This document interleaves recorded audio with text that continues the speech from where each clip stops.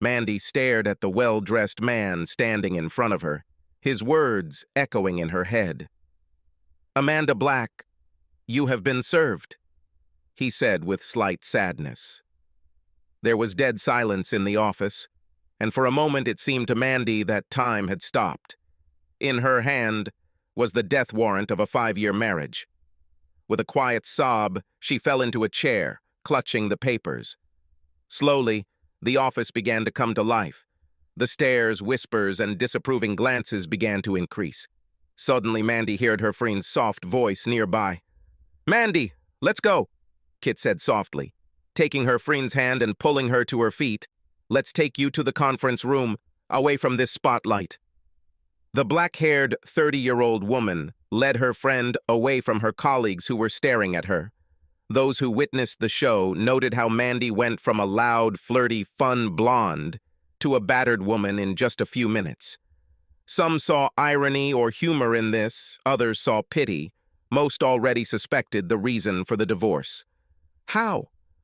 "I don't understand," Mandy stammered. "Things just started to change for the better." She wrapped her arms around herself, as if the hug gave her more strength. Kit hugged her, trying to calm her friend down. "I don't know, girl," Kit said softly. "Did Eric say anything? Were there any hints that this would happen?"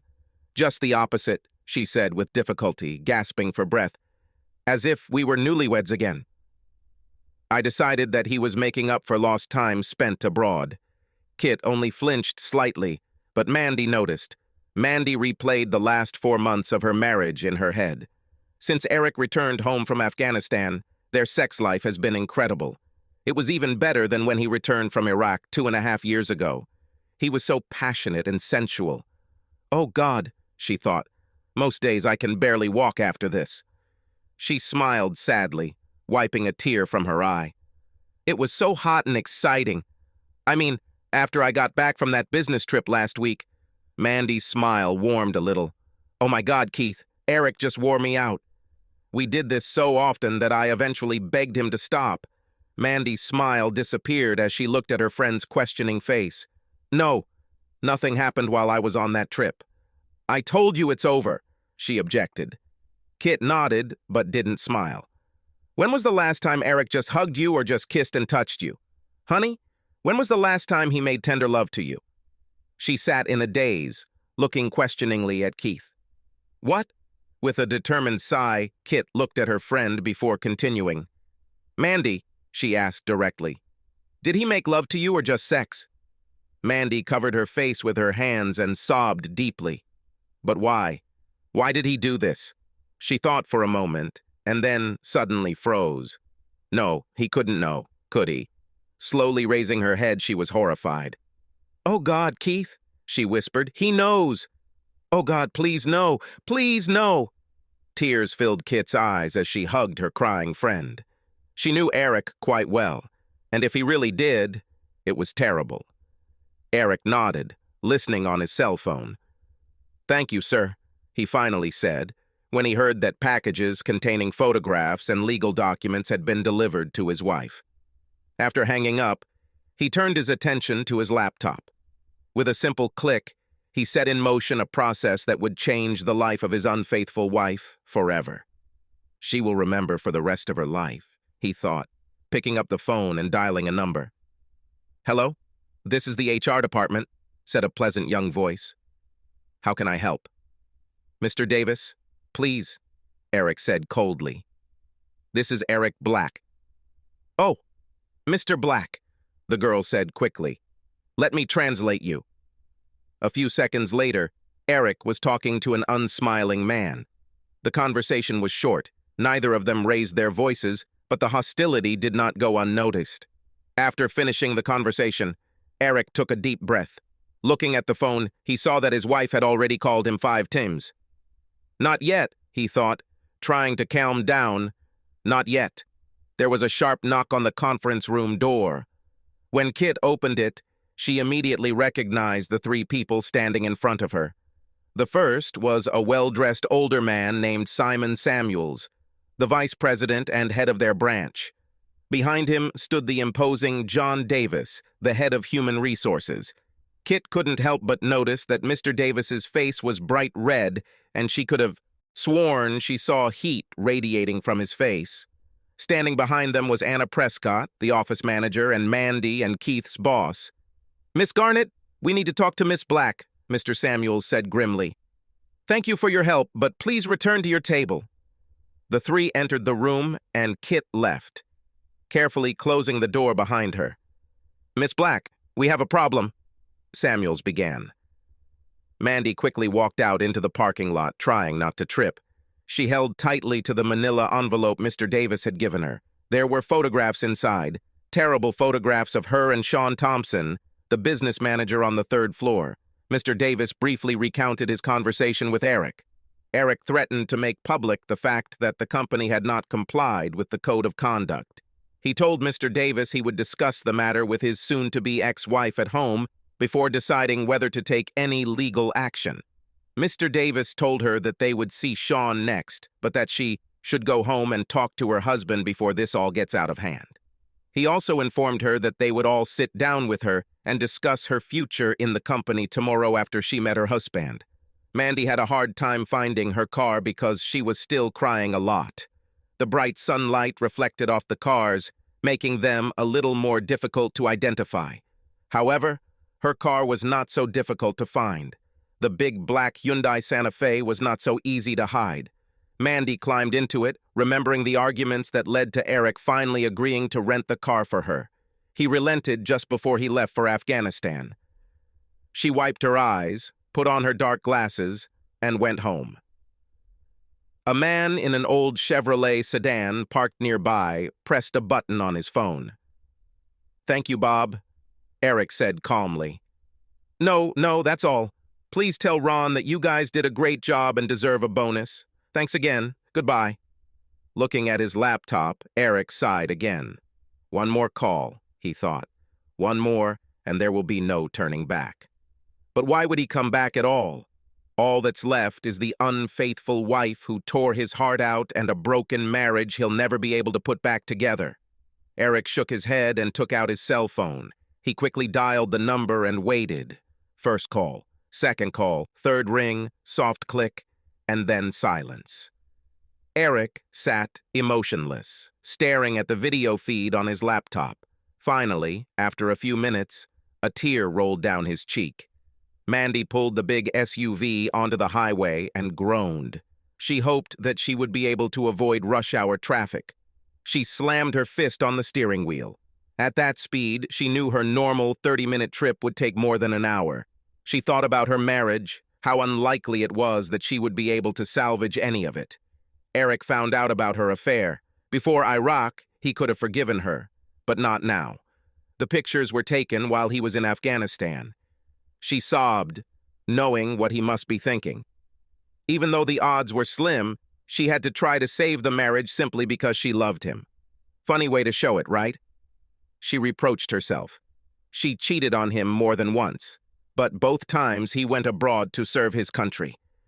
She quickly shook her head as if trying to push away the guilt and shame, but the tears began to flow again. Trust is not something that comes easily to Eric. His childhood was difficult. His father ran away from him, and his mother when he was young, and his mother was an alcoholic. In the 5 years they were married, Mandy saw his mother only twice, once at their wedding and once when their son was born. It took him years to trust Mandy. When they met in college, she knew he was a soldier. She thought she accepted it. He had already served for 2 years and was on his way to graduating with an engineering degree. They dated a year before Eric proposed to her. She could still hear her father's reaction. "No, Mandy, this has nothing to do with Eric," her father said. "I think he will be a great husband. It's more about you. I don't think you'll make a good military wife. Don't be mad, honey, but it's damn hard to be a good husband or wife when your spouse is away for a year." Mike Lomax, Mandy's father, served in the Navy for 4 years when Mandy was little. She still remembered the fights her parents got into during this time. She always knew that he and his mother had a hard time, and that he didn't want that for his little girl. "You were right, Dad." Mandy snorted and shook her head. "You were so right. I made a terrible soldier's wife." They bought a very nice starter home, and Eric got a good engineering position. Life seemed so promising, and then Uncle Sam called. When Eric learned of his appointment, she mercilessly scolded him for abandoning her. To top it all off, when Eric left for Iraq, she was already 4 months pregnant. Mandy wiped her eyes as she made her way through the traffic. She remembered the loneliness she felt as she continued to live without Eric. Of course, her mom and dad did everything they could to help, but the sleepless nights alone ate her up. She needed Eric to hold her all this time, to hear his voice whispering that everything would be okay, but he wasn't there. She knew she was being selfish, but that didn't make the nights any less cold and lonely. Her mother moved in the last month before the baby was born, and that helped a little. Mandy and her mom, Lisa, had a very close relationship in most areas. Their personalities were so close that it seemed like they were more best friends than mother and daughter. But there were some things her mom just didn't want to talk about. The details of her marriage while her husband was in the Navy was one of them. When Mandy tried to bring the conversation to this topic, her mother always became very upset. Eric returned home the day after Randy was born. For a moment, Mandy felt like they were a real family, but that didn't last long. He left after just 10 days, and she was left alone again. Her mother saw some of the signs and begged her not to give in to them. She constantly harped on the damage that one mistake can do to the lives of so many people. Of course, she wouldn't go into detail, but Mandy suspected that her father might be having an affair.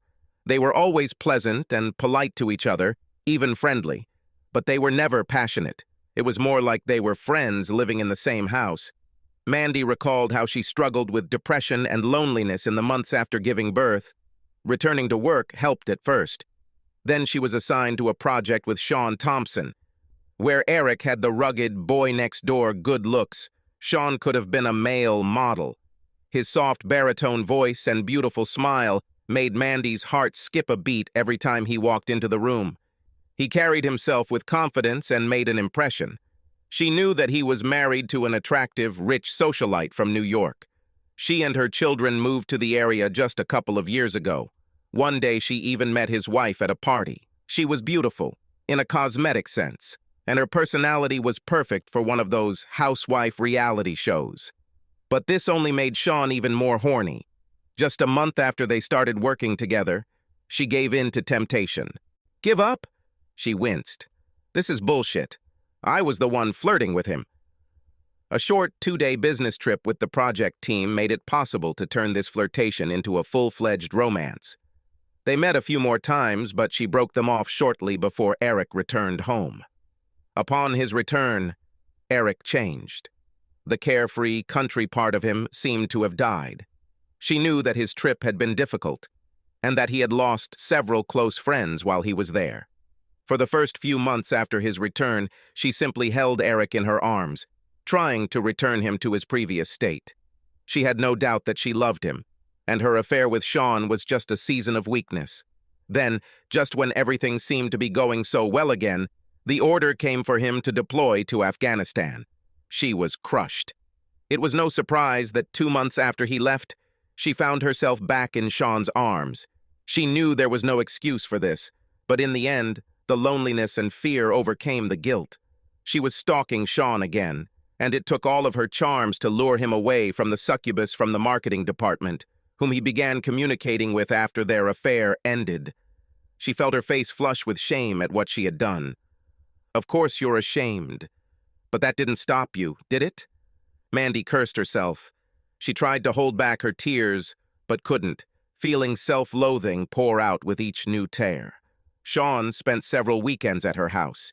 He even managed to persuade her to take part in another project. For a moment, Mandy even thought about leaving Eric. Then reality set in. She, Randy, and her parents traveled to Fort Bragg, North Carolina, to meet Eric when he returned for R&PR. The trip there was stressful, to say the least. Mandy was sure that her parents suspected her, but they had not yet told her about it. Then she saw Eric, and all her worries disappeared. When he hugged her and kissed her, she remembered why she married him in the first place. They spent every hour reviving their marriage and strengthening their family. Mandy smiled faintly as she remembered that time. Eric was so passionate, so tender, so incredibly loving that she swore to herself in that moment that she would remain faithful to him for the rest of her life. Then Eric told her that he was not going to return to the army, that 4 months after returning from Afghanistan, he would become a civilian. She cried openly, knowing that soon they would become a real family again. After returning from Fort Bragg, she broke off all ties with Sean. To his disappointment and anger, she poured everything she had into preparing for Eric's return. Mandy even started seeing a doctor about her fears and loneliness. She was diagnosed with clinical depression and began receiving counseling and medication. As the months passed, she felt herself becoming stronger, both mentally and emotionally. Every day she swore that she would make up for it all by being the best wife Eric could ever hope to be. Finally, when he returned several months later, she fulfilled her vows. She did not deny him anything. Not her body, not her attention, not any part of her love. Although Kit was right, things were different when Eric came home this time. He was more careful and didn't share his heart as freely. She just thought it was because of what happened when he was abroad. Now she began to realize that he already knew about her affair, and this thought scared her. Eric started gloomily out the window, watching the light rain fall on those unlucky enough to get caught. He could tell the small flare wouldn't last long. Soon the sun will shine again. Not soon enough, Eric thought. Not soon enough. He looked at the small dot on the laptop screen. She had been motionless for a while, but now she was finally moving. His wife's SUV was stuck in traffic, but was now moving forward. Taking a deep breath, he looked at his watch. It's time to make the call. Depending on what was said, this could be the last time he spoke to the woman he had deeply loved for the last 6 years of his life. Mandy nearly turned the steering wheel when her cell phone rang. A quick glance told her it was him. She said a short prayer, took a deep breath, and answered. "Eric?" "Yes, it's me," he replied. "Baby, please," she said, trying to suppress her sobs. "Please let me try to explain, to tell you how sorry I am." "Cute? Eric?" There was only silence. "Darling," she said, "are you still here?" "Yes, for now," he answered briefly. "Honey, where are you? Are you home with Randy?" "I don't have a home, Mandy," he said, and his voice only betrayed the pain for a second. "You took care of it." "Where are you?" "It doesn't matter, I'm just waiting." "Me?" There was hope in her voice. "So, how were you waiting for me, honey?" Mandy couldn't help the sobs that caught in her throat. She had never heard so much pain and anger in his voice before, and certainly not at her. "Eric, please. I have so much to say. I screwed up so bad. I know I screwed up. But I need to talk to you. I have so much to tell you. I love you, baby. Only you." There was silence on the other end of the line. "Okay, Mandy, say what you need, but I doubt it will change anything. You slept with some other guy while I was away.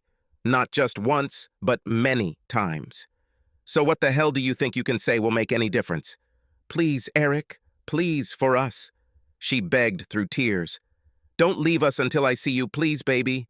"Do not throw," he hissed. "What did you do to us?" "No!" she screamed into the phone. "I know what I did, but I never gave up on us. I was alone and scared. I know that's not an excuse, but that's how it happened. But I love you and believe in us, honey. I really want to restore everything." "Are you serious?" he asked in surprise. Eric paused, wondering if she really believed what she was saying. "You mean you didn't abandon us when you were on your knees in front of him?" "What about the way you screamed his name over and over again? Tell me how the hell you could even think that this doesn't mean fucking abandoning us." All she could do was cry as she weaved through the traffic, trying to get to him as quickly as possible. If only she could meet him face to face, then he would see the remorse she felt. And then perhaps there would be some hope. He continued bitterly. "I finally got proof that my wife cheated on me while I was in Afghanistan. I think we're both lucky. I think I might have killed you and that idiot if I had found out about this while I was in the States." After a few seconds, he sighed. "Amanda, this will be our last conversation. If we are disconnected or one of us is put on standby, then there will be no other conversation. Eric, please, she begged. We can go to a psychologist. We can handle this, baby. We really can. Listen, there are a few things you need to know before you get home. First, I cleaned out all of our accounts and transferred all of our credit cards. I think you've been deceiving me for the last 3 years, so I'm returning the favor. He ignored her sigh. You can keep the house because I'm sure I can still smell someone else's smell in our bed. I collected everything I wanted.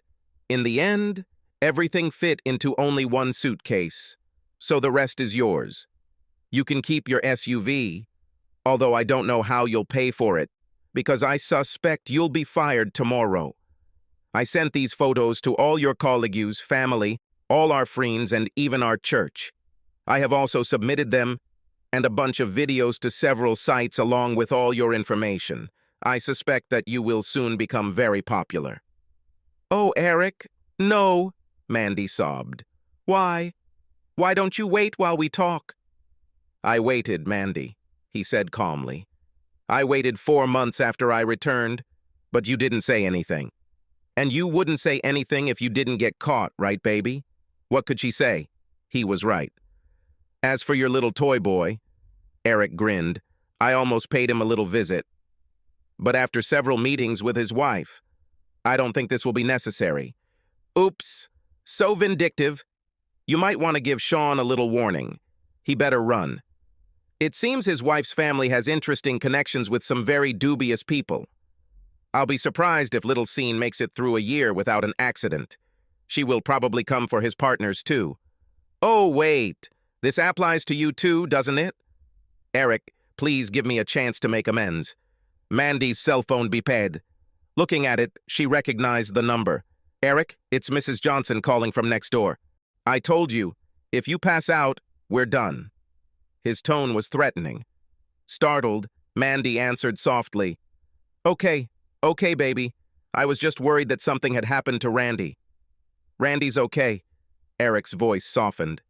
He is with me now and fast asleep. She breathed a sigh of relief. Speaking of Sean's wife, Victoria, he said calmly, when you two went on your little business trip last week. He was interrupted by Mandy's cell phone ringing. It was another neighbor calling. Honey, this is Mrs. Watson. Are you sure Randy is okay? Yeah, Randy and I are fine, Eric said in such a creepy tone that Mandy began to panic. He grinned. Now about Victoria Thompson. She's just something. While you and that idiot were acting like you should have been for the last 3 years, I spent 2 days getting to know his wife better. Mandy choked with anger and pain caused by her husband's betrayal. Her tears started flowing again. I wish I could tell you that she's a hell of a lot better in bed than you are, but the truth is, she's not, he said. Between her whining about everything she wants and where, how, and when to do it, there is no damn time for pleasure. I'm sure Sean will agree. So congratulations, Mandy. You've won the Best of the Worst award. Eric, stop it. Please. Mandy begged. Please just stop. She started sobbing again. She pounded her small fists on the steering wheel, shouting obscenities at the surrounding cars as they crawled forward. She slowly regained her composure and wiped away tears of frustration. Okay, Eric, she sniffled. You win. You took revenge. You broke me. She fell silent, waiting for his answer, but heard only silence. But I still love you, Eric, she said quietly. There is no excuse for what I did. I know that. But all I ask is a chance to make it up to you. I'm begging you. Please let me explain. There are some medical problems you should be aware of. If you ever loved me, please meet me. Please, baby. Medical reasons? He snorted. Postpartum depression? Clinical depression? Bipolarism? Heck, try PTSD.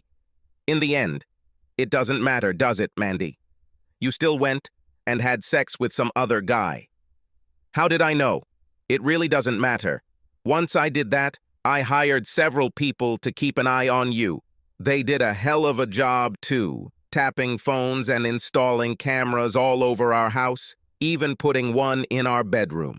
"Oh, Eric," she exclaimed, "do you really hate me so much that you are capable of all this? Is there really not a drop of love left?" "Well, it was," he answered quietly, "before I watched the video of you and him in our bed. Do you remember that time, Mandy, when Randy walked in on you?" Mandy gasped. "Oh, God, no, please, not this." Eric's voice was tense as he tried to control his emotions. "Imagine how I felt as I sat there and watched my 2-year-old son call another man Daddy. Everything I felt for you died right as I watched you tuck our son into bed with both of you. Damn you!" Eric's voice trembled. "I think I was lucky that I didn't know this until we went to Fort Bragg. When I saw this, I was shocked. I almost got lost there, and I was in a place where you can't afford to get lost." Eric looked at his laptop and saw that Mandy was almost home. A cruel smile crossed his handsome face as he continued in a cold tone. "What about hurting you?" "Amanda, I haven't even started yet. I still have a few." He heard Mandy gasp. "Oh my God," she whispered. "Surprises," he finished. Mandy pulled her SUV to the side of the road and watched in horror as flames engulfed what had once been their home. "Like I said, Amanda, the house and everything left in it belongs to you." Mandy shook, still not believing her eyes. "Damn it, Eric! What did you do?" "This is a rhetorical question, isn't it?" Eric said with a grin. "I was taught to build in combat conditions, Mandy. Doesn't it make sense I might know a thing or two about destruction too?" "Where's Randy?" she shouted. "Damn it, Eric! Where the hell is my son?" "Our son is sitting 3 feet away from me and sleeping in his car seat. So tell me," he said mockingly, "can you read the message I left in our front yard?" "What?" she muttered. "What message?" "Oh my God," Eric chuckled. "I wasn't sure people would be able to read it from the ground. But the news helicopters, they should enjoy the words cheater burned into the front lawn. I wouldn't count on the sympathy of the neighbors," he continued. "I posted these photographs throughout the neighborhood and paid several teenagers to hand out additional copies throughout the block." He stopped for a few seconds and listened to his wife's sobs. "Mandy, perhaps you should think about," Eric said bitterly, "where you will sleep today and in the near future. I think you could sleep in your SUV until they come and pick it up? Or maybe? No, I doubt Sean will be able to help. I'm sure Victoria is already flaying him alive. I think only your parents remain. I wonder how your father will react to the fact that 2 cheaters live under his roof." "What?" Mandy sobbed through her sobs. "Damn it, Mandy, are you really that stupid? You always told me that your father cheated on your mother while he was in the Navy. Damn it, it was your mother who cheated on him." "Mother?" she asked in a trembling voice. Eric laughed cruelly. "Oh, hell yes. Your father told me a little about this after I returned from Iraq. Why do you think he did this, Mandy? Do you think he suspected that his little girl was cheating on her husband just like her mom?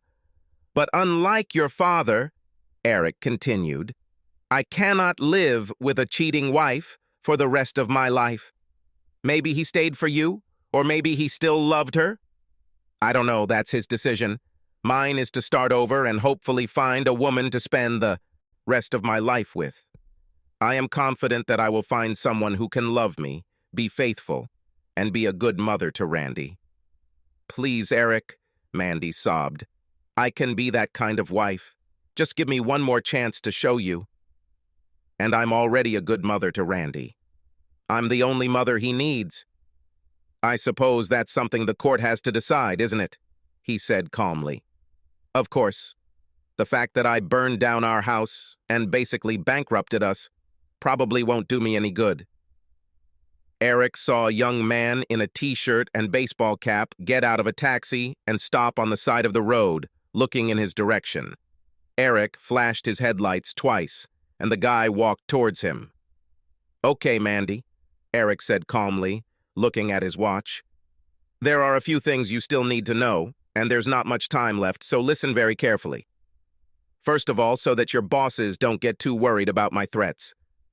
However, Victoria is filing a similar lawsuit and is likely to win. I think the court will really like her and all the evidence I gave her. As for me, Eric cleared his throat. Well, I don't like my chances in court, so I agreed to work abroad. I think Randy and I will really like it. No, Mandy shouted into the phone. You can't take my child. Actually, he is my son, and I can. No, Eric, please, she begged. He is my son, too. Amanda, he said calmly. In a few years, he won't even remember you. But don't worry, I'll send you pictures of him for Christmas, and we'll even call on Mother's Day and his birthday. Since we won't know where you will be, we'll just call your parents. Mandy cried bitterly, realizing the hopelessness of her situation. Eric sat for a while, worried and somewhat alarmed by his own actions. He knew he wasn't going to send her pictures or call her.